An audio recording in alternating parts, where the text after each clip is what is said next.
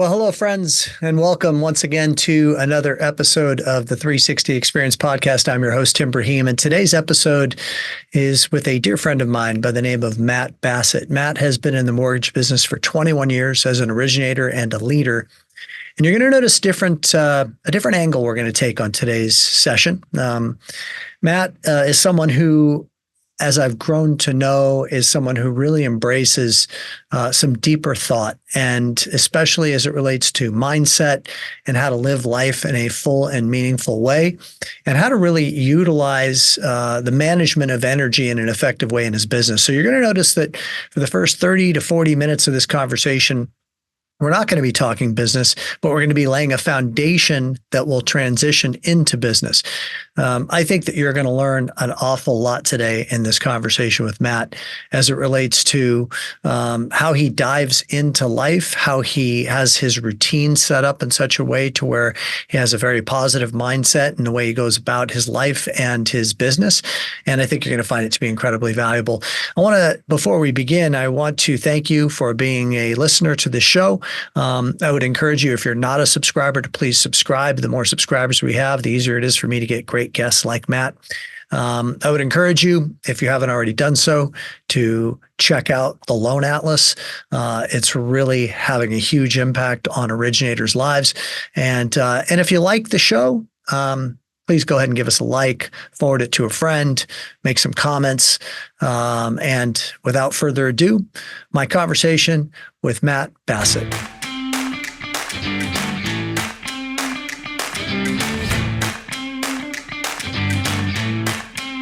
Matty Bassitt, man, I've been looking forward to this conversation. How are you, brother? I am doing awesome, Tim. Me too. I woke up at 4 o'clock this morning and did like a meditation, got up, and I was actually like, my wife was asking last night, "Are you nervous at all? You're doing this podcast?" I'm like, "No, man, I'm excited." And so I think I woke up truly with it was just energy for excitement, sat in the hot tub, full moon. It was a rad morning. So I'm pumped up. Let's have a great day. You sent me a great text. I was up at 4:40 or something like that. So I got your text bright and early, which made me happy that you were already ready to rock and roll. So yeah, let's dive in. So, I want to get to business a little bit here, but I want to do this in a little bit of a reverse order. I feel like you have so much to offer as a friend, as a colleague, as a teacher. I think back to when I first met you, back in Costa Rica. 19? Yeah, 2019. And I remember, I don't think I ever told you this before, but I remember we were out in the ocean on that first day at Prieta, all of us, and you were kind of off to the side by yourself. And I kept looking over at you, and I felt like you were kind of sizing me up a little bit. I was like, it's just, he's got his sunglasses on. He's just not saying much. And then as the retreat unfolded and I got to know who you were, I was like, wow, this dude has depth, depth beyond measure. And I remember we were driving back from one of the activities that we were at. That one night, we started talking about the books that we had both read, and we had both read some epic. I remember that being one of them. Which one? Man's Search for Meaning. Man's Search for Meaning by Viktor Frankl. And then, lo and behold, recently at our master's retreat in La Jolla in the spring, you did that amazing presentation on the book Letting Go. And I had some pretty depthful experience with Hawkins because I had read Power versus Force twice. And when you started talking about Hawkins, I was like, oh, shoot. I got to read this book. So I'm like, go ahead. Sorry to interrupt. Just quick clarifying question. Are we only saying shoot on this podcast? Is that our limit of the SH word here? Try to keep it PG. Just want to validate, make sure I don't overstep the boundaries for the time being. But no, we're gonna go where it goes. So do what you got to do. It's PG-13 at least. So I was like, shit. I got to read this book. Because I love Hawkins. David Hawkins is a legend. So I want to go there at first, because I feel like this is a very appropriate topic to talk about with originators that have been going through it for the last couple of years. So I guess the first question that I have for you is, how would you say your passion for personal development and spiritual development, if you want to call it that, has influenced your business and the mindset that you've had to really embrace here over the last couple of years when times have been tough? It's everything is the simple answer, Tim. Like it's I think the work I did that I should say I was doing is what helped me really rise and go from being a top producer to running a company that actually had depth and substance behind it with a vision, mission, and purpose. And then as things happen, was saying there things happen to me, but it's like just things happen. And taking that personal out, but that's part of that work is helping, I think, separate myself from the story that we can sometimes create and getting back to what I've kind of simplified or was demonstrated to me through a simplification of that book of getting into the above the line or the green energies of peace, calm, love, joy, etc. Even courage kind of being a great place to start at, versus in fear, shame, guilt, the negative energy places. Because man, it's really easy, and I watch a lot of friends, and I even find myself at times, right? Like this mindset is not owned, it's rented, and rent is due daily, sometimes hourly. And this last couple of years environment, it's been a lot more work. It's a lot easier when things are kind of, and you have the tailwinds with you. To some level, I also think when you have those tailwinds, it's easy to get complacent and not continue the work because it just feels like, oh, I've figured it out. I got all the problems all figured out. I did the work and look at it go now. And so then all of a sudden when it does change, I'll speak for myself. I hadn't been doing some of the work that I know is so instrumental in me having a successful day, showing up the way I want to, whether that's for my friends, my family, my children, obviously, coworkers, which I do want to do that daily. And so getting back into kind of that purpose first, so then the work that you do to make sure you're on mission is all there. I don't know if I answered your question. You did. A lot out there at once, and sorry, I give you a lot of directions to go, I suppose. No, that's perfect. So let me orientate the listener to what we're talking about here, because some people may be being like, what the hell are these guys talking about? Yeah. And then I want to ask you the question so you can start to prepare for it. How do you start your day, and what is your purpose and intention behind your way of, and I love that phrase that, mindset isn't something you own, you rent it, and rent is due every day, every hour. That's a great phrase. So David Hawkins, psychologist who did a lot of studying of the subject matter of energy vibration in the human physiology. We're all energetic beings that vibrate at certain frequencies throughout the day, depending upon what our mental and emotional states are. Let me try to anchor for a moment here for everybody. So if you're a lone originator that starts off your day and you're in a negative energetic state, people are going to feel that. Your team's going to feel it. Your borrowers that you engage with, your real estate partners, they're all going to feel it. And you're actually going to be not only not attractive, but you're going to repel people. And the inverse is also true. When you can vibrate at a higher frequency, you become very magnetic and very attractive. So there's a scale of energy frequency that Hawkins developed, and the lowest level of frequency is shame. I think it's noteworthy because I think a lot of originators have experienced shame over the course of the last 2 years. They've gone from being at the peak, making a lot of money, being able to buy second homes and have nice vacations and all these types of things, to feeling like they've lost all of that. And it's really noteworthy to say, like, hey, if you're experiencing shame and guilt and fear and anger, these low vibrational frequencies, that the lower end of Hawkins' scale, it's going to affect not only your experience of life, but how others experience you and subsequently your success. And knowing and understanding how to elevate your energy to the higher frequencies, the threshold that you just spoke to is courage. That's where we break through into the green energies.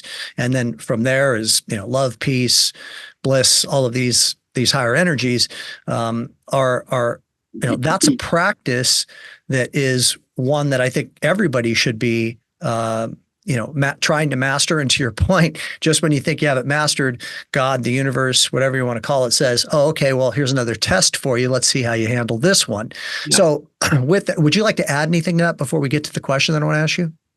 No, keep going. I think I'm following where you're heading, so we're good. Okay. So the question is, if we're going to play with here the notion that we are energetic beings, our energy is determined and impacted by our environment, our thoughts, and our emotions. And it is only us that can be the custodian of our energetic frequency, our thoughts, our emotions, and the way we vibrate, and therefore how attractive or unattractive we are. Then it would make a lot of sense that having a routine, a system, a practice to elevate our energetic frequency would be very important for our success in life and our success in business. So what is your practice?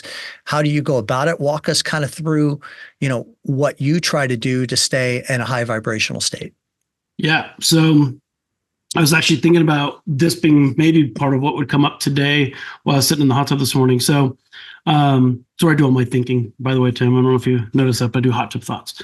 Fully clothed or? Oh, no, bud. You know how it'd be. You were there.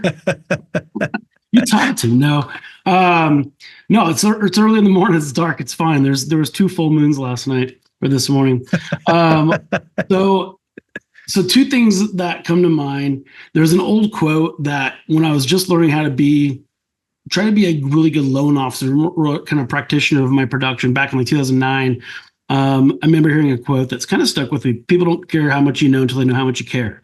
And to me, it's like, okay, cool. So be more heart forward, be more, what turns out being that green, actually give a shit, actually have care, actually have compassion, maybe be in love, joy, peace, those higher energy places, and then demonstrate. And it's weird when I would just lean into that and actually try to get present and hold space for my customer.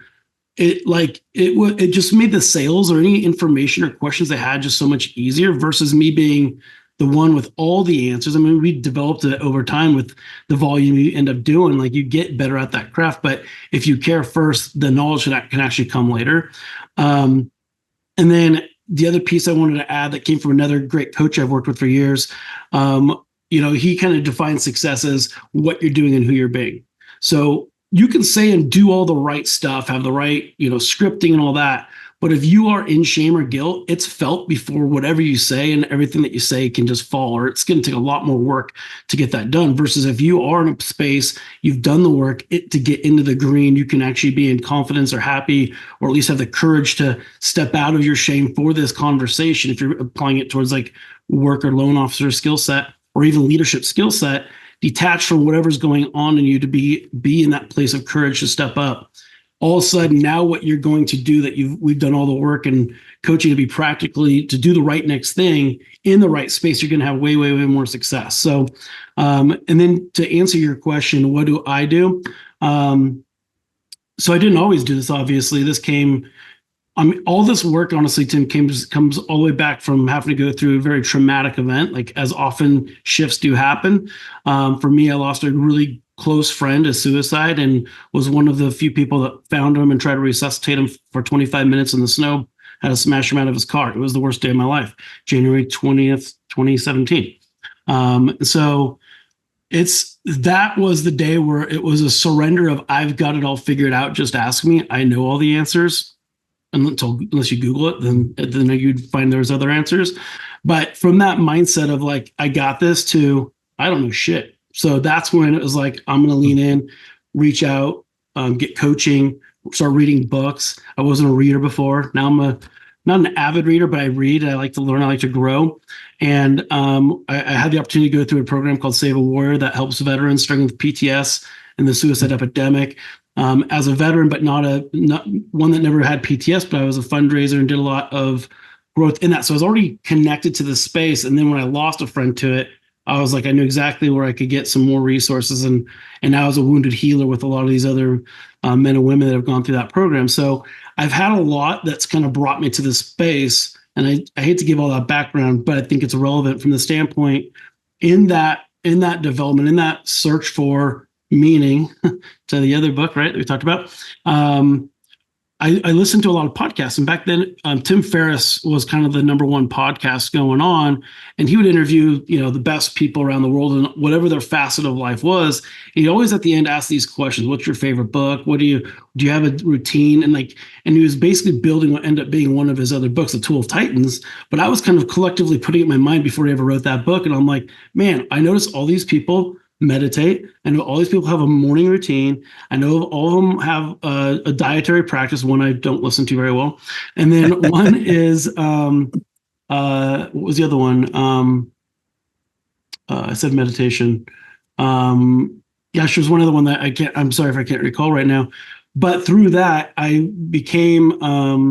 got turned on to a book called, it's like a corny title, but it's a really simple but awesome book. And it's called, oh my gosh, what's it called? I have so many things going on in my mind. SAVERS is the acronym for it. I'm totally blanking. I'm sorry, Tim. It'll come to me. But it's a morning practice. So the morning practice is, if you can do 20 minutes roughly of each, or 10 minutes roughly of each, it's win your day before you start. But it's SAVERS. So silence, which is either meditation or prayer. Affirmations, so you can do it different ways, but read the affirmations. What are you working on? What are the things you need to retrain your brain that's saying not the, if we let our brain go unscathed, it usually tells us terrible things, right? And I always like to do have you ever done the watermelon experiment with you? Have you ever heard this one? No, what's that? So to yourself, without actually opening your mouth, say the word watermelon 3 times. Okay. You hear yourself say it? Mm-hmm. So are you the person saying watermelon? Or are you the person hearing yourself say watermelon? Right? So it's you identifying the fact that we're like, your true self, I believe, is the one listening to the voices going on in our head. So if we take the power to tell our brain what to say, you just told your brain to say watermelon and you literally heard yourself say it. So if you can train your brain to say things that are going to help you down the path, whatever you're working on, wherever you feel lacking, change the narrative, do that for 10 minutes. It's amazing what that compound effect over time can do. So that's the second one. V is vision, work on your vision. I literally, the first time I did, I drew, and I'm not a great drawer, but drew a picture of all the things that I kind of had as goals in my life that I wanted to accomplish. And sometimes I'll just look at that for 10 minutes, or maybe I'll write about things I want to work on, whether it's this week or this month or the next year, my life goals. That's vision.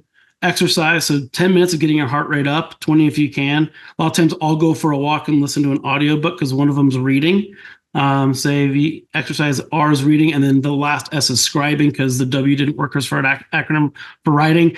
But journaling, or writing a thank you letter, or just something, putting words to paper, there's something about it. And sometimes I'd even do, when I was in a hurry or whatever, didn't have stuff available, wasn't prepped, I'd text, and I'll just text in gratitude to maybe a friend I hadn't seen for a while. Like, hey man, thinking of you, hope you're doing well. So that's the morning practice I do. And I think all these things that I do are on a spectrum. There's times when I'm on the low end of, I'm not doing it to the level I want to do. And there's times I'm in full send mode and I'm sending it and I'm all in and I'm doing it daily and routinely. And when I do that, when I'm in that space, the results come, and my energy's up. You can probably feel my energy up in this conversation even more from maybe the last time I talked to you, because I wasn't doing this practice and my energy was lower, and it just was. So it's amazing, doing a morning routine and practice, how it can get you kind of going, and you show up better for everybody around you. So, because these conversations are always completely organic that I have, and no scripting, no editing, nothing like that, I want to encourage you to look into the camera rather than your screen when you're talking. I'm looking at you. Sorry. Yeah, don't be sorry, but I might want to use some of this brilliance for an Instagram reel or something like that. So it's better if you're making eye contact with the camera. So I want to comment on a couple of things you said there. So first of all, I love the fact that you have a little system that is based upon, that acronym, right? So I wonder, so it's a question, because it's autobiographical experience. Sometimes I feel like, for me, in my routine, I need to mix it up because it can become redundant. Yep. So over the last couple of months, I've been in Costa Rica, and I had a very different morning routine there than the one that I have here when I'm in Southern California. Yeah. And then secondly is, I feel like if I force myself to do everything that, I'm quote unquote supposed to be doing, sometimes it loses its meaning for me because I'm just checking boxes. And I feel like what's more important is, how into it am I versus, I'm going to go on that, walk and listen to that podcast or listen to that audiobook, but I'm not really listening. It's like, what point did it make? Because then I start to feel bad about myself. Do you ever have that experience where you have to kind of mix it up and you find yourself checking boxes? Yes, and I'm glad you kind of helped me through. Like in that moment, I'm like, "Ooh, I've definitely felt that, but I hadn't put awareness to it." So I appreciate that reflection. Yes, and some of the things I've done, but to your point, like a lot of times, like this morning, I got up and I sat in the hot tub, listened to listened to audiobook up there, then went down and meditated. The thing I find the most benefit to how I show up throughout the day is the meditation and the reading. Whether it's audiobook or really reading, I can say though, if I do any writing, and that can even be like text or messaging, but it's always direct, and it's usually through gratitude. Those are the three things that if I do those, I feel great. The other stuff is bonus, but I think to the point you just made, there are definitely times where I can recall beating myself up, giving myself that whip when I didn't do the full SAVERS acronym. So I appreciate that. It's a good reflection point. Yeah, I think that it's interesting. Like as you know, I'm a avid meditator and have been for, a long time. And when I was just recently down in Costa Rica, I found myself missing many mornings of meditation. I get super excited when I get up in the morning down there to just go outside and be active. And I was like not wanting to meditate. I was wanting to go walk the beach or, go exercise in some way or go play golf with some neighbors or whatever. And I gave myself radical permission to do that. And I wanted to test it. I want to say, okay, what am I going to feel like if I maybe only meditate 3 days this week instead of the 7 that I typically do? And I actually found myself feeling great. And my point is just that there's a lot of different ways to have a morning routine. I think that it needs to be customized for what works for you. And, some people like just, pound it hard at the gym, and that's like a really important thing for them to get their endorphins going. I know that's not yours. You pound Opus One in the morning, I think, as a general rule of thumb, or not Opus One. Excuse me. Special Select. Camus. Sorry, Camus. You're good. It's fine. I messed up with the Opus. If you bring Opus, I will also pound that. So the other thing that I want to get back to what you said about the different calibration topics of different levels of energy. So I've been playing with a concept lately. So for years, when I was a speaker in the industry, 20 years ago, and Lone Toolbox was my product that I was selling, I couldn't figure out why I was so dreadful in selling the product from the stage and why I felt, more importantly, so uncomfortable in my own skin when it came to that end of the presentation and it was my turn to sell. Like I taught for an hour and a half, now I'm going to sell. And when I was reading Letting Go and I was on the chapter of fear, something clicked in for me. And I realized that what Hawkins talks about is that when you're in fear, and I kind of connected these dots as it relates to sales. If I'm selling from a fear-based scarcity place, then I'm going to be operating under the intentions of coercion, manipulation, control of the outcome, and all of these types of vibrations, which are super low calibration energetic frequencies, because I'm attached to the outcome. I'm trying to convince somebody to buy my product versus the first hour and a half, I'm actually in a totally different energetic state, which is I'm serving, I'm teaching, I'm helping, I'm getting great joy. And my energy was at a very heightened state. So I realized, oh, that's what's happening inside of me when it came to the time to sell. And I think that it's noteworthy for originators to consider this, that if you go into an appointment with a real estate agent or a CPA or a financial planner or a client that you're consulting with, asking yourself the question, what energetic frequency am I going to be coming from? What is my belief? What is my mental state going into that interaction? If my mental state, to your point, back to the affirmations now, like if you did 10 minutes of affirmation in the morning about, I'm very gifted as a teacher of finance and I'm here to help people, whether they want to work with me or not. My job is to serve. Let's just hypothetically say you go with that as an affirmation. and then you show up with that, they're going to feel that. Yeah. And you're going to become attractive. Their guard is going to go down because it's going to feel safe because you're not trying to dupe them into, going with you. And they're going to let their guard down and then connect with you versus a situation where you're trying to control and be slick and all of these things in your presentation. They're going to feel that and their guard's going to go up because it's a low vibrational frequency. I'm curious if you've ever pondered that and what you might want to add. For sure. I think, and it's the same in whether you're building a branch or a company and you're recruiting conversations too. It's like, it's, we call it sales breath. If you have any of that sales breath, it's felt before whatever you say, and then they're just out. Right. So, one of the great analogies I've heard is like, come from the place of like, and it's literally like, I have my little card. It's like with all my energy levels as a reminder in front of me. And just above courage is not attached to outcome. So if you can be at that state within your presentation, whether you're doing a lock meeting, a numbers meeting, initial client meeting, or whatever you're doing, or just with friends, even like don't have expectations to outcome. And it's amazing what comes back. And to that place, if you're selling with it's easy in this environment too for loan officers the last couple of years where it's like, I need this sale, right? It's like every dollar matters. So it's easy to get trapped into like, man, I got to make sure I can keep my processors jobs here by getting this one loan. So it's easy to fall into that temptation of the fear that goes with making that sale, but it's felt. So if you can remind yourself to get into the place, and here's the analogy, be like the waiter at the end of your dinner service that asks for, would you like coffee? You think they give a crap if you say no? Nope, they don't. They don't care at all. So if you can get yourself to that place, so I'm going to ask you to do this loan with me or to come work with me in a state of like, if you say no, I know I'm provided for. I'm going to have so many more opportunities that come to me. So it doesn't ever come down to this one deal that's going to make or break me. It's amazing how you're provided for. So just if you can let that go, all of a sudden it's weird because now they're more attracted to you and it's felt. So it's like have the goal of doing your volume, whatever it's going to be, but then let go of the attachment to how you feel in that of achieving that goal. It's a weird kind of complex, right?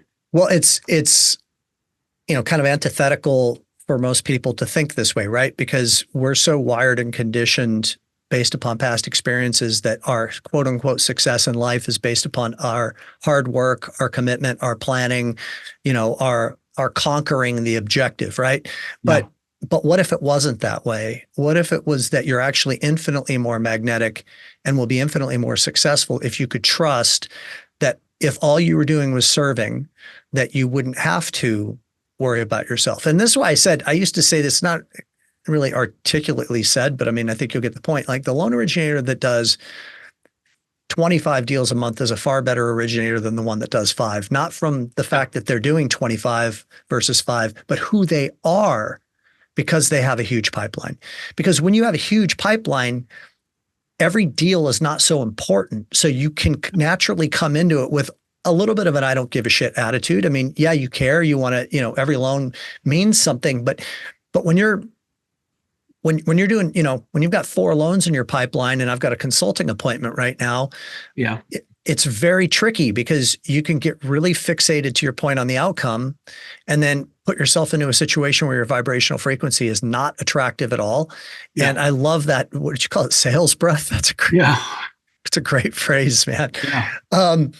Let's talk about full send. You're known to be the full send guy. Tell us a little bit about what that means to you and how you try to live your life and your business life from a full send perspective. So, I'm not the inventor of full send or doing the send it, but definitely I like the idea of if you're going to do something, I was raised that way. If you're going to do something, don't half-ass it, go all in. And so it kind of fits into that mantra. So there's a lot of things that I've gotten better over the years at saying no to. And like, it's kind of determining what your hell yeahs and your hell no's are. If it's a hell yeah, then freaking send it. Like go all in and crush it. If it's not, then why even do it at all, right? So, so whether it's golf tournaments, right? Like that's where, we had our team name, by the way, right here. If you can recognize that little final Mortgage Cup trophy, no big deal. I think you were not on my team that year, Tim. Were you on the losing team? I was on your team. you and I played in that Oh, final round I where thought you were. I thought you were on the other team when you got all muddy. But I guess I was enjoying you hitting that shot so much. I just assumed you were on the other team. My bad. You might want to tell everybody. You might want to tell everybody about that shot. That's a pretty funny story. What a great! Oh man, you were like just barely made it to the green on this downhill shot in what was that course? In Nebraska, right? Or in Paynes Paynes Valley. Valley. Great course. And yeah, you were down 1 foot kind of in the mud. The ball was barely up. Or no. Hold on. 1 foot in the lake. I had to take my shoe off and I put my foot in the lake. We have pictures. Are you able to upload pictures to this podcast later? I can send like we can do that. I'm sure that Anthony can edit that in. All right. We'll have to do that. I'll have to send it if you need it. But yeah, it was awesome. I think you actually ended up getting it up and probably 3-putt for a 5. all I know is that I don't own those clothes anymore because they had clay mud. They had duck poop and all kinds of stuff all over them. We had a fun time. Anyway. So full send back there. So like living your life, so what I'm hearing you say is that if there's something that's a hell yes for you, you're all in and you want to live it fully. And I see that in you, often, I mean, you have some incredible life stories that you've experienced. And I would imagine that comes from being all in. So what do you say to the person? Because there are a lot of people out there that don't full send, they don't send it. They're I think based in fear a lot of the time. Like they have an opportunity to step out of the box, step out of their comfort zone and go for it. And they pass. How do you overcome that fear? I think it starts with identifying what your values, passion, and purpose are. And then when you know those, it helps you identify what your hell yes and hell no's are. And like people are like, we have to have life balance. Well, it's never perfectly balanced. So you go down full send into one thing. If I'm out with buddies doing a 4-day golf tournament, I'm all in. And I think when you're doing whatever you're doing, it's about being present for what you're doing. So I try not to be distracted. I have for like, if I'm doing something like that, like I'm gonna make sure my team has coverage at the office. So I know my clients and my referral partners are being well taken care of. So I don't have to feel like I have to be in 2 places at once. So it goes back into building teams and structures and all that is one of the bases for the business side. So that way, when you're doing friend stuff, golf trips, for example, you can be totally present and lean into it. And have a shit ton of fun. I'm going to use it, shit ton of fun, which we did. And then when you get back, you're like, oh, you know what? I'm really missing my family. So now it's like, I'm going to put some full send energy into spending time with my family, obviously full send time in with work and how we take care of our past clients and our referral partners, et cetera. So you're always moving it. And I think that's actually how you find the balance is like, oh, I feel like haven't been with some of my friends for a while. I got to reach out and be, and I think it's present. So like 1, identifying what matters to you. 2, when you're going to do it, figure out how you can make sure you're present for who you're with. So you actually get the full send time with that person or with that group of people. And whether that's a customer, like I make sure my phone's away. I'm looking at them. I'm holding space using some of the tools and tricks we've learned through Save a Warrior, but also through Leadership 360 and other coaching that I've done over the years so that I can be my best version for them and they feel the care. And it's not manipulative. It's true, like in those moments, so that I can actually, and when I'm really present with somebody, particularly early on with a customer, if I spend that 45 minutes getting to know them, understanding what their fears are, what makes them excited and what they're looking for, neighborhood, all those things, they're going to feel more connected to me because I genuinely actually give a shit. And we're also taking those notes, which help us structure the loan, not just for now, but in the future. We're going to remember some of these things that we have record keeping of in our database, so that we can ask, hey, how's Johnny? Did he make the football team this year? All those things that they feel endeared by. It's like, I don't necessarily remember it all, but I cared enough to ask and record it so that I can reference it and now ask the careful and caring questions that connect me better with my database and my clients. So they continue to come back and refer to me. But I feel like I lost one of my tangents there, but I think that was like trying to tie it back to work. So I want to ask 2 questions about that. So it's interesting, as I was hearing you describe that, I was sitting there and thinking of, just so many times that we spent time together. And yeah, you are a very present person, actually. I don't think that I ever realized that until just now, but like I've never played a round of golf with you that I could recall as an example where you picked up your phone and you were texting, or, when we were on retreats together, you're very present. How did you how do you master that? Like, how do you bring yourself into the present moment so you can be fully there in that experience? And the second part of the question is, how did you arrange that with Sarah, who is, your wife, of course, in the sense that, I think that there are a lot of people who don't have that deal with their partner to where it's like, they can fully be present in whatever they're doing and not feel guilt that they're, that they're somehow robbing somebody else of their presence. Well, the trick was to rob the cradle. I started dating when she was 15, so she had no choice. And that's how I always prove I'm a really good loan officer. I know when to lock it in at a very early age. I hit the lottery with Sarah, so I don't know how to coach anybody around that. Friends give me that all the time too, that I hang out with. We do our band trips, and they're doing they're in trouble half the time, or making the calls or whatever, getting the guilt from them taking care of the family. Like, one thing that's like very fortunate, like Sarah and I, we're like best friends first. That helps. We truly care about each other, and we and like for her, she was born to be a mom. She absolutely loves being a mom. So that helps. We have 3 amazing daughters, 12, 10, and 7.5 now. And then when I'm with them, though, like we bought the boats. We do a lot of lake time, and like we're there with our kids, and so we have a lot of family time that we dedicate. So I think it's because if I was only neglective, or I only did that and always neglected the family, that wouldn't work. And there's times like she'll let me know, like, we need some us time, or we need some family time, or you need some kid-daughter one-on-one time. Usually she doesn't have to remind me too much, but every once in a while I get those reminders. So I think I can say this, though, from a warning sign of it not, you're heading down a wrong path. If you find that you're keeping score, you're on the wrong path. So we don't keep score at all. It's like we complement each other's strengths a lot too. And I think that's one of the things that works really well in our business as well. Is like, I got turned on years ago to that book Strength Finders, which plays in like a disc assessment, where I was always told, Matt, if you could just follow, like in high school, if you could just follow through, man, you could do anything.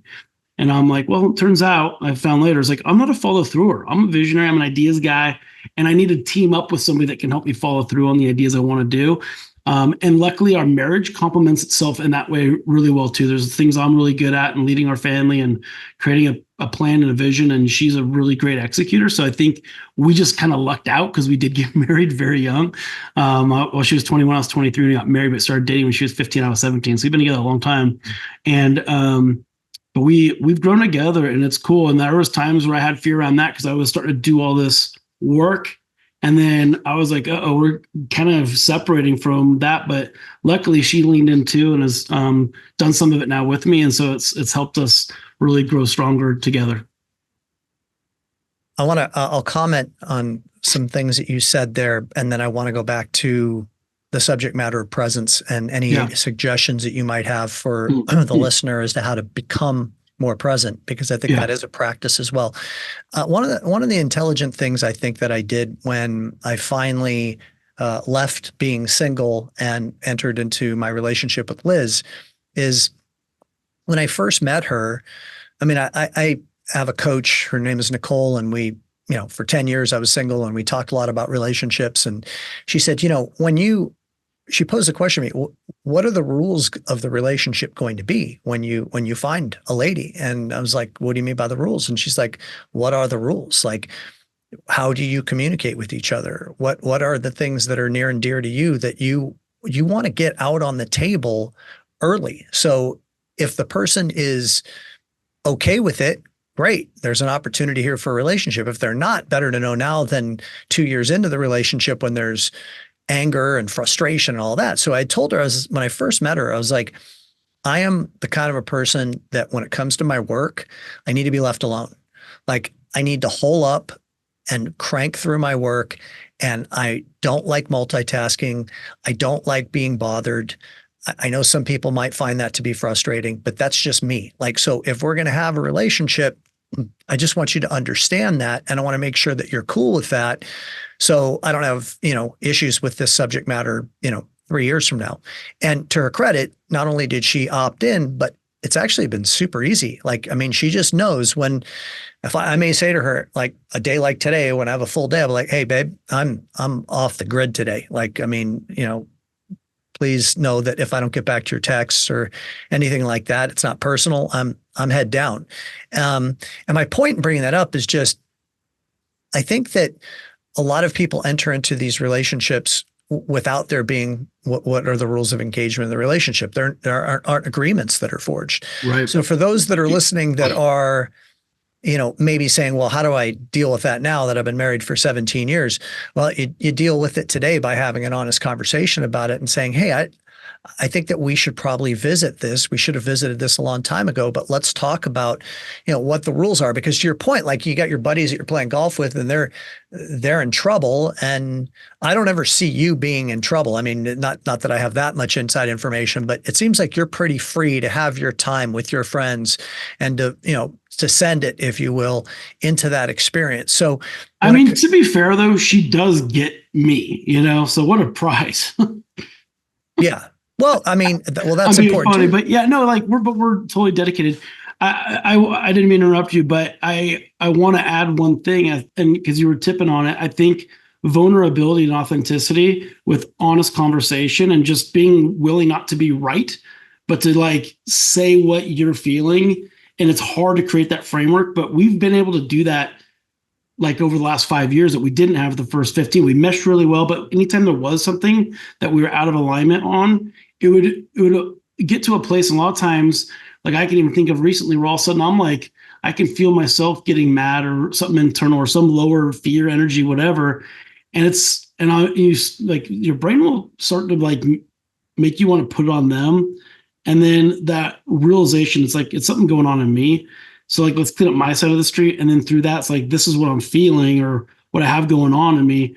And sometimes then through that conversation, you can get there. And then the other thing I'd say, if you're in this lens of relationships, this can be, by the way, with extended family, parents and all that. I'm pretty sure you've read the book too, is the 4 agreements, because you talked about agreements. I think it's such a powerful book, like the don't make assumptions. I think that's such a big one. There's always, a lot of times there's assumptions that get made, particularly within a deeply rooted relationship. And the tighter that nucleus of the relationship is, the harder it is to actually have it's easy to create a boundary, if you will, or an agreement. Sometimes it can be the same, but an agreement with, a client that doesn't even know, because it's like a boundary you're creating, like, hey, I'm not going to take this call between these hours. I'm busy then. But it's harder to do that when it's your child or your spouse or your parent, right? So, and that's where it's like getting present with yourself, and obviously being willing to not be right is one of them for me, because I think that's like where you're tied into pride of like what I think is right. So if you can let that go and then get to that, not attached to outcome, get to that place of courage where you can actually have the conversation. But sometimes you might not like the outcome, so you have to be okay with that too. I think there's more at stake when the more intimate the relationship, there's more at stake for the other party. And what's at stake is, I want your love. Yeah. So that's how it gets perceived, is you don't love me enough to be present with me right now. And you'd rather be with your friends, as an example, versus, if it's a casual acquaintance, there's not as much at stake. I'm not as invested into having your energy put my way. So, okay, back to presence here for a moment. So, what tools would you say would be valuable to practice to become a more present human being? For me, it's meditation. So like what meditation I think gives me, and it can be a 2-minute meditation. It doesn't have to be a 20-minute or an hour. Like literally sometimes just like closing my eyes and taking like those box breaths where you take 3-second inhale, hold for 3 seconds, exhale for 3 seconds. Do that for a minute, can help you get present really quickly. If you're coming out of something that you feel your heart rate up or you're anxious, take a minute, literally a minute, just do some breath work and like let yourself calm, breathe in good, breathe out the stress or the anger or whatever you're going through in that lower emotional level state. That's one for me, easy. And the way I describe it is like, it gives me the pause to respond versus react, right? So if something's hitting me or there's multiple things hitting you, you got a client or a file, an underwriter that is pushing back on something, it's easy to want to type that email in haste, don't hit send. Sometimes it feels good to write it. Take some deep breaths, give yourself the pause before you respond. Because if you're responding from a low energy, there's almost always going to be collateral damage. So if you can give yourself pause, bring yourself up into a higher level of energy using, again, like courage or peace, joy, love, if you can get all the way up there, all of a sudden you can find yourself rewriting that response and maybe working together on a solution versus compounding the negativity. And like, it's like the honey versus vinegar kind of analogy. It's like, I get so much more when I'm in green of as far as everything. Like the world comes back to me, even if it's not on that deal. Sometimes you can't solve the problem, but how you can control how you feel about that problem. And therefore, I'm not going to ruin the rest of my day with everybody else. I want to be okay. Sometimes that's just the situation that's at hand, and that sucked. But okay, I'm not going to be thrown down the rest of the day and lose my whole day to that one issue. Yeah, I think that so meditation is, I like to use the metaphor that it's, you go to the gym to get your body into good shape, and meditation is the metaphorical gym for the mind, right? So it's the consistent practice of returning to the present moment.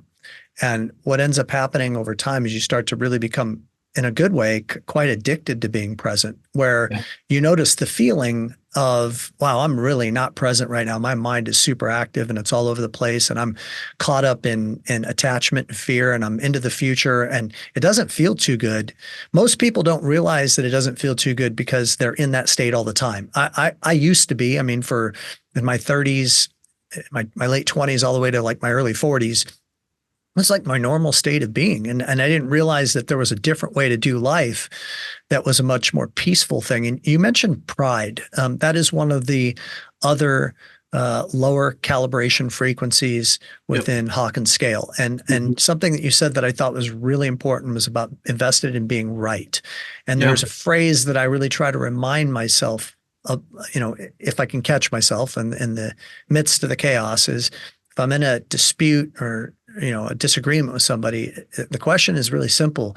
Would you rather be right, or would you rather be close to that person? So it's like, it's a choice, and you can't have both. If you're invested in righteousness, then you're in a combative state, and you, by definition, will be disconnected from that person that you're in that exchange with. And if you look at that through the lens of a coworker, if you look at that through the lens of a family member, if you look at that through the lens of a client, it's something we need to be very careful with, because to the extent that you're invested in righteousness, you're definitely going to be disconnected and probably not have the result that you're ultimately looking for. So in today's market, let's talk some business now. And we can be interesting, because as we talk business, we probably can tie back to a lot of the things that we've laid down here as a foundation in the first 45 minutes of this conversation. So it's a different market right now. Things have changed an awful lot. We're recording this at the end of August of 2024. We're anticipating rates coming down some here soon, finally. Maybe. But hopefully. The last 2 years have been challenging. What are the things, how long have you been in the business for?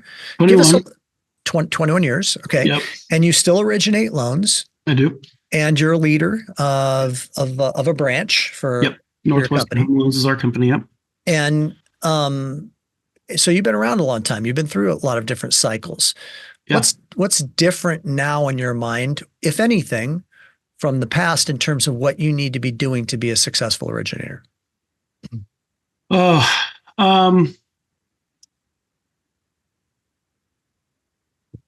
So I think a lot of inner transaction portion of what has made us successful is still what we'll do. Like particularly if you have a wide database, having a CRM that you're actively managing and not just treating like a passive CRM. There's some great tech and tools. I think it's personalization. I think we have to separate ourselves with the human element in the super technical advanced world using things like AI, et cetera, that are being levered. There's more than one way to skin the cat. But I think what separates me, and I think with a lot of and a lot of top LOs, are going to be how you can personally connect with your customers and your referral partners. So it's use the tools, use the technology to assist you, but still be human. So whether that's using audio, whether that's using video, whether that's actually figuring out a way to get in front of people personally, I think still has a huge impact. But you got to do it consistently.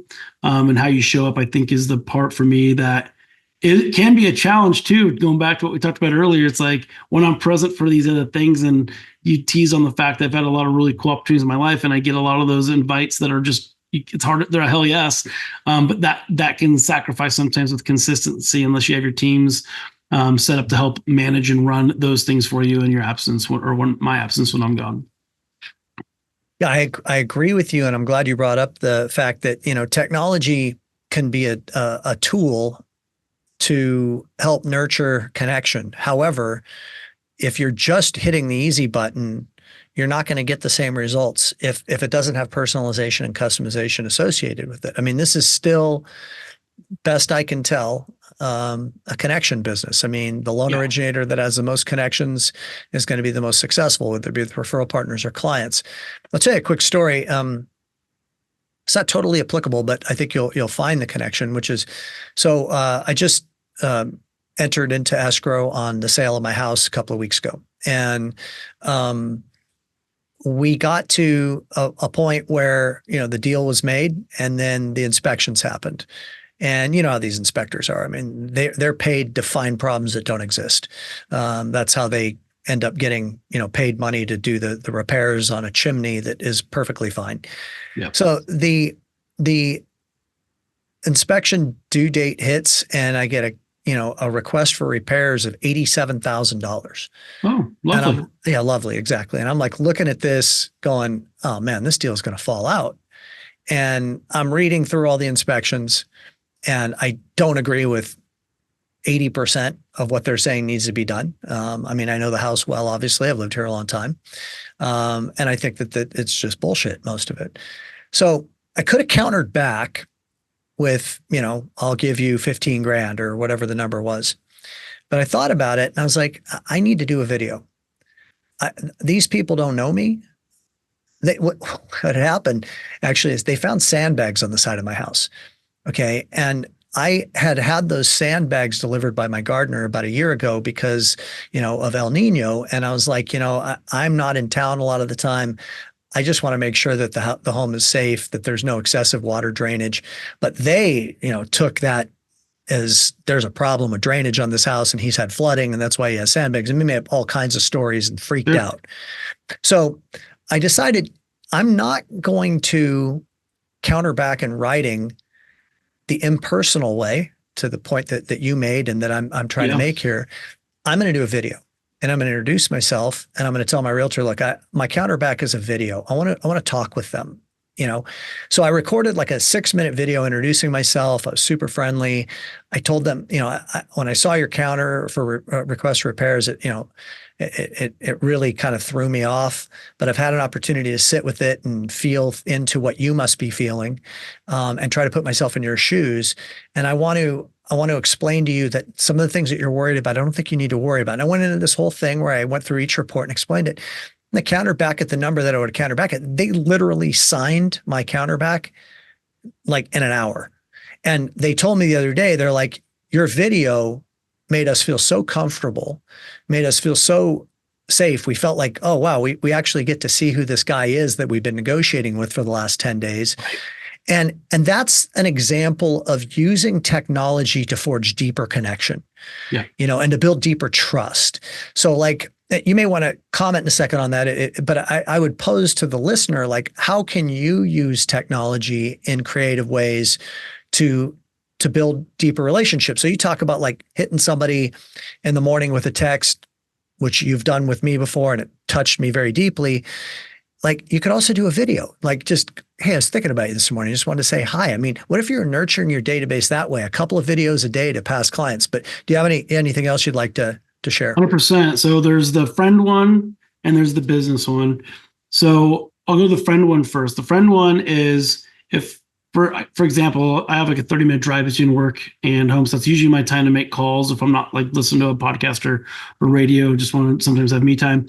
But if I have somebody that comes to mind, often I will do a video, at least a text, but a lot of times when I'm driving, especially, I'll record a video. Hey, Timmy, just thinking about you. Hope you're well. Whatever, like quick little message or maybe a memory of a good time we had. Just let you know I thought about it and hope you're well. It's amazing what that can do for connection with friends, and you never know how much they might need that in that moment. And it makes you feel good when you do it, because I feel connected knowing that I know I'm helping them feel good. So it's like that selfish thing we do. It's like a great cycle, I guess. The other thing in that spirit is, I'm not always perfect at this, but if you see like on the social or in an email, whatever, that someone's like, oh, happy birthday, and they do the text thread of like 75 happy birthdays, don't be that. Because when I read those, it's like, oh, thanks everybody. It's like, it means nothing to me. But if I see it, it's like, cool, I got that reminder. I'll record that video. Hey, Timmy, saw your birthday. Hope you're having a great day, doing something like, but it's like me, it's personal. And like, I've gotten multiple times like, dude, that was the best message I got today. Thank you so much. Mm. So those are two like great little friend or family ways to do that piece. That's more meaningful than just the normal social post or email or text post. And then for the business side, I think one thing that really upped our conversion is when I got that referral from, say, as a realtor, past client, whatever it is. It's like, get it via text or email. Hey, please call Stevie, whatever, they're looking at my house.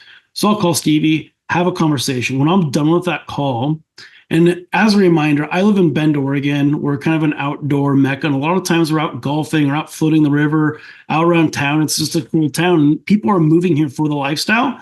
And so like we wear hats and polos, and we're not like suit and tie people. That's part of the vibe we have. It's like chill out, just have a beer. We're like total brewery kind of mecca place. So with all that being said, is I used to be like, oh, I got to be in the office to record these videos. Like, no, man. Like I record, if I'm golfing, I record a video right then. Hey, Steve, it was great chatting with you.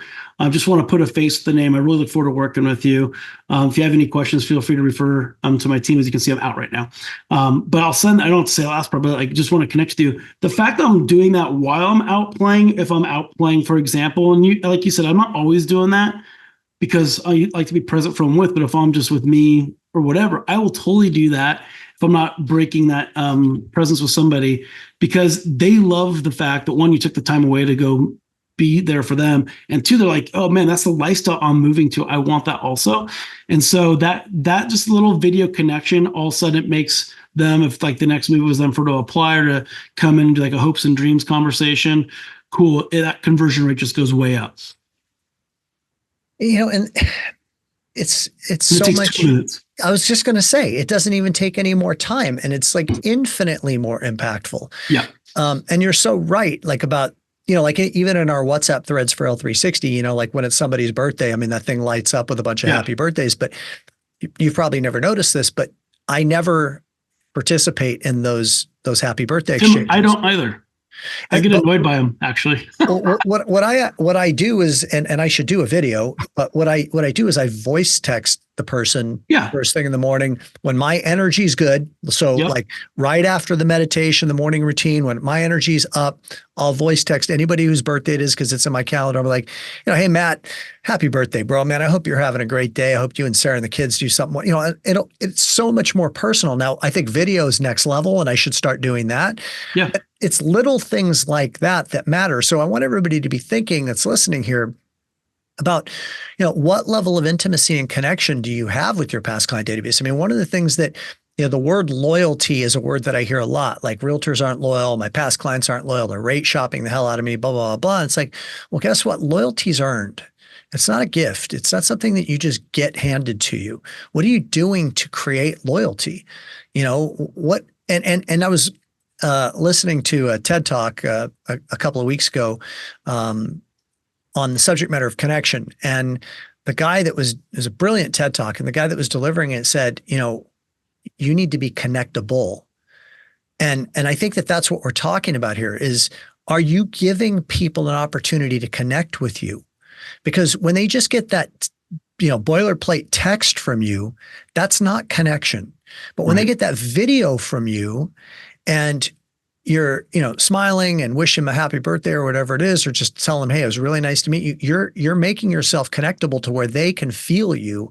And I think that goes an awful long way, especially in an environment that we're about to enter into here, where you're going to be competing with the servicer. Well, the servicer is not connectable. Right. What have you done to create that connection and maintain that connection with your past clients to where when it is time for them to refi, as long as the rate is roughly similar, it's a no-brainer who they're going to go with. They're going to go with the person that they trust and like and have a connection with. Yep. What about leadership? So I know that that's something that you spent a lot of time working on being a better leader. Talk to me about, let's speak to the people that are listening to this or watching this on YouTube right now about what it takes. What's the intentionality that you put forth in being a great leader?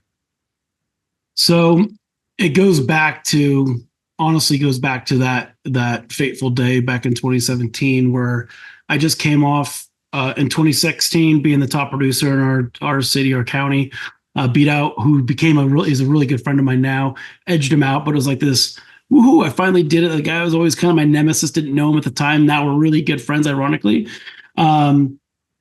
And turns out on January 1, 2017, there's no parade. There's no, I'm in like some magazine right in the way down that list, but it's like, there's not like this big hoorah moment. So it was like the money was good. I built a team and I was starting to lean into the systems of the strength finders, where I was doing the things I like to do. And that was mostly the connection side and the strategy side, but like the numbers assessment and doing income calculation, looking for I have a team that does all that piece, right? Even application intake now too. So I just do the big high trust parts where I really like to build that connection with my customers.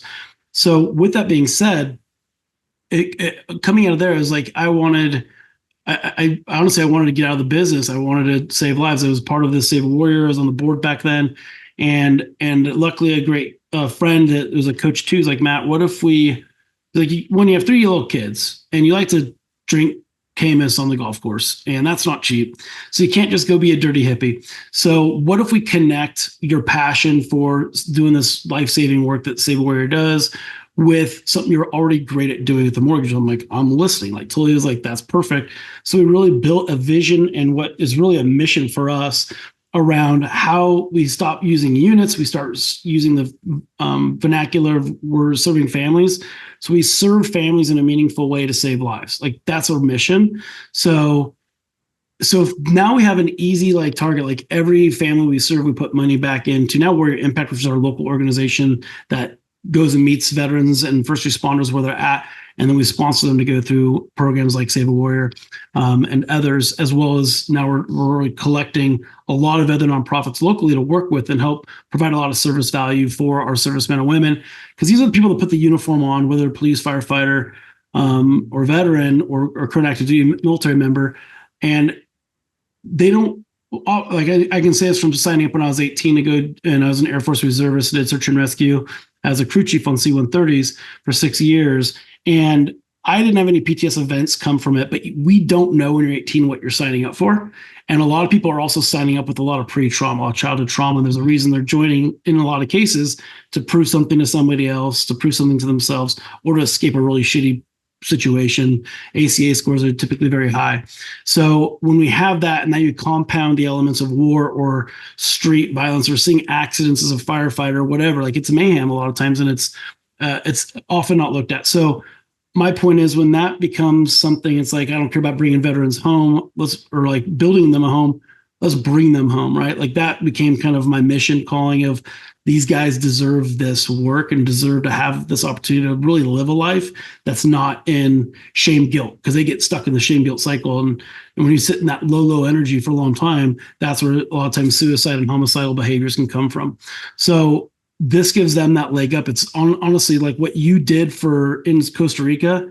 That's why I was sitting back and watching when you go back to the very beginning of this podcast, because I'm watching a studying of this is very similar to what they're doing to help save lives. And I think I told you that at some point in a text during the week. I'm like, you guys may not know this, but I really believe you're saving lives. You're not just helping loan originators become more successful. You're affecting and changing lives and potentially saving lives without even realizing it. Or maybe you did realize it. And I said that, I think, too. So all that being said is it becomes a mission. It's not even like I'm going to like close more loans today. I'm like, I'm going to save lives today. So like, how can I demonstrate the same care that goes into saving life to the customer in front of me? Because I don't know what they're coming in this door with. They might be on that brink too. So just presence, holding space, asking questions, giving a shit. Some people don't have anybody giving a shit about them. So just having that moment is as powerful as what we're doing on the back end of it, I think. And I presume that you infuse that mission and purpose of saving people's lives and bringing them home into your team. So it's a major part of your culture. It's a huge part of our culture. It's part of it's the biggest part of our conversation, because perhaps somebody that we're maybe talking to that is thinking about coming aboard, like they're not aligned with that. That's okay. Going back to like, I don't have expectation outcome in those conversations. I'd rather get to know faster. If you're like, I don't like war and I hate veterans or the war, like, okay, cool. We're not the right home for you, and that's okay. You're not wrong for that. We're just not the right fit. But if you have a passion for what we're doing, I love that old quote of like, light yourself on fire with enthusiasm. People will come from miles away to watch you burn. Like, that's what I want to feel for what we do. And we're going to attract the right people through that, and not everybody. And that's okay. And with that said, the work we do, like, and I also know that we have people that they may not have the same passion for what I do for this, but they're inspired by the passion I do have. And then I try to help them figure out, what are you passionate about, so that you can like build a life of purpose beyond just, because I know what it's like to kick ass and make a lot of money and then be at the end and be like, well, that wasn't really fulfilling. So let's help you define the so that and the so what. Because if you're going to go do all this work and dedicate the next 10, 20 years of your life to kicking ass and being a top originator, why? Let's figure out the why. If we know the why, then it makes it a lot easier to go to work every day. And there's days that aren't as fun as others, as we know, but it'll help you be reminded of that why, so you can go and do it with passion.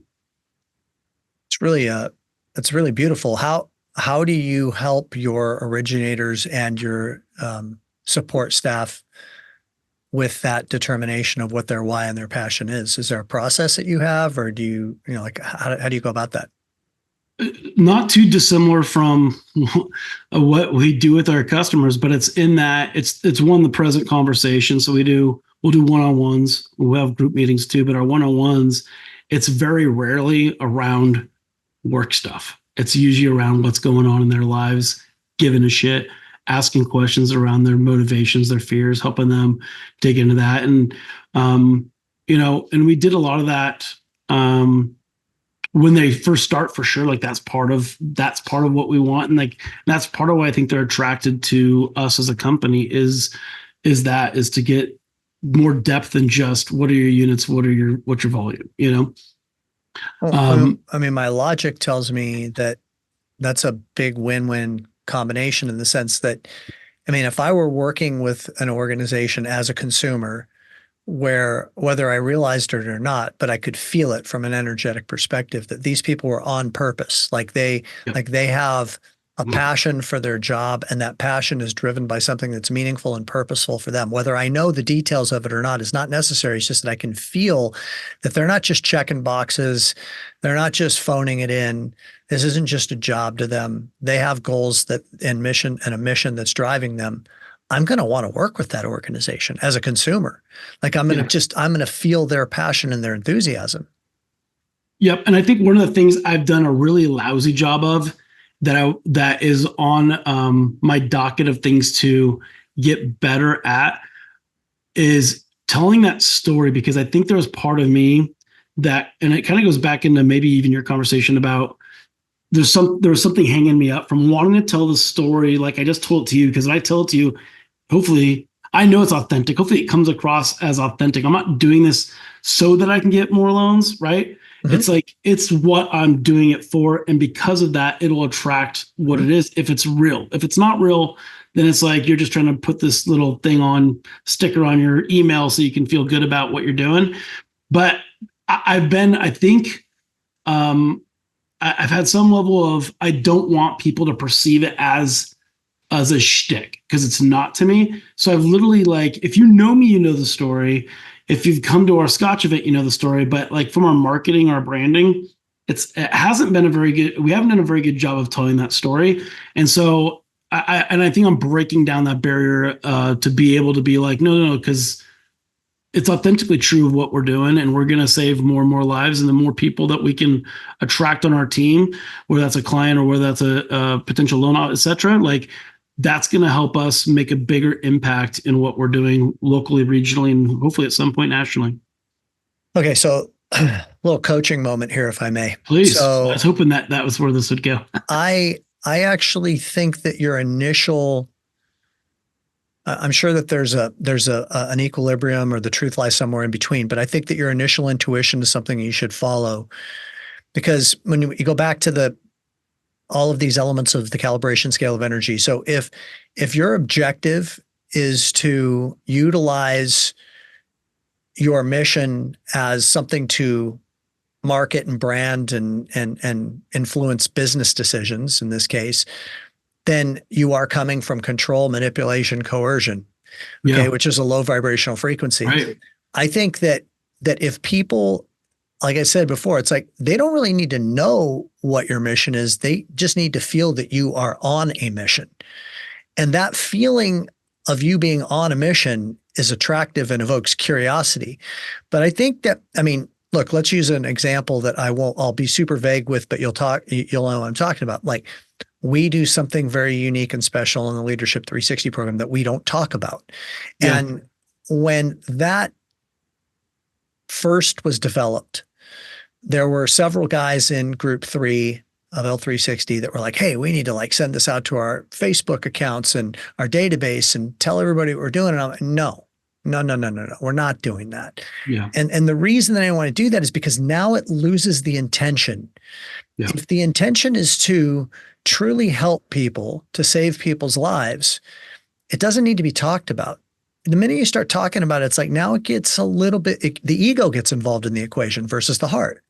So I think you could probably find some balance in there with it, but I think your initial intuition on that is probably closer to accurate than, figuring out how we use this to market and brand ourselves. Yeah.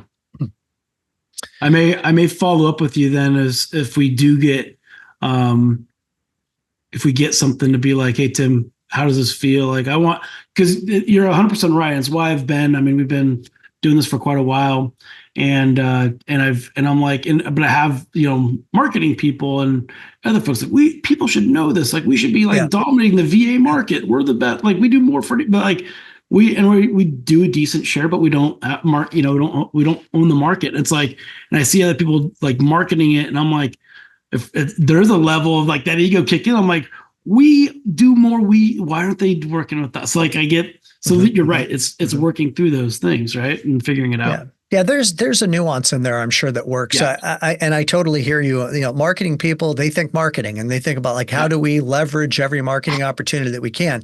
But I think that this is a much bigger thing to you than marketing. I think that this is very purposeful for you.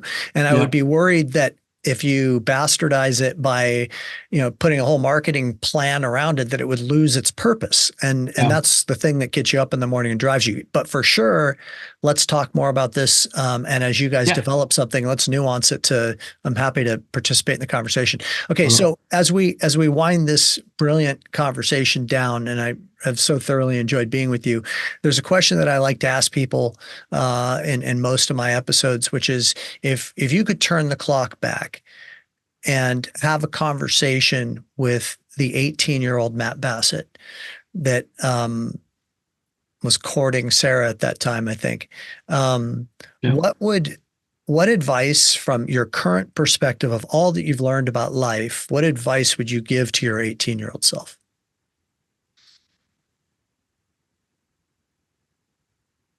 Two things come to mind. One is just a two order. You're enough. Mm.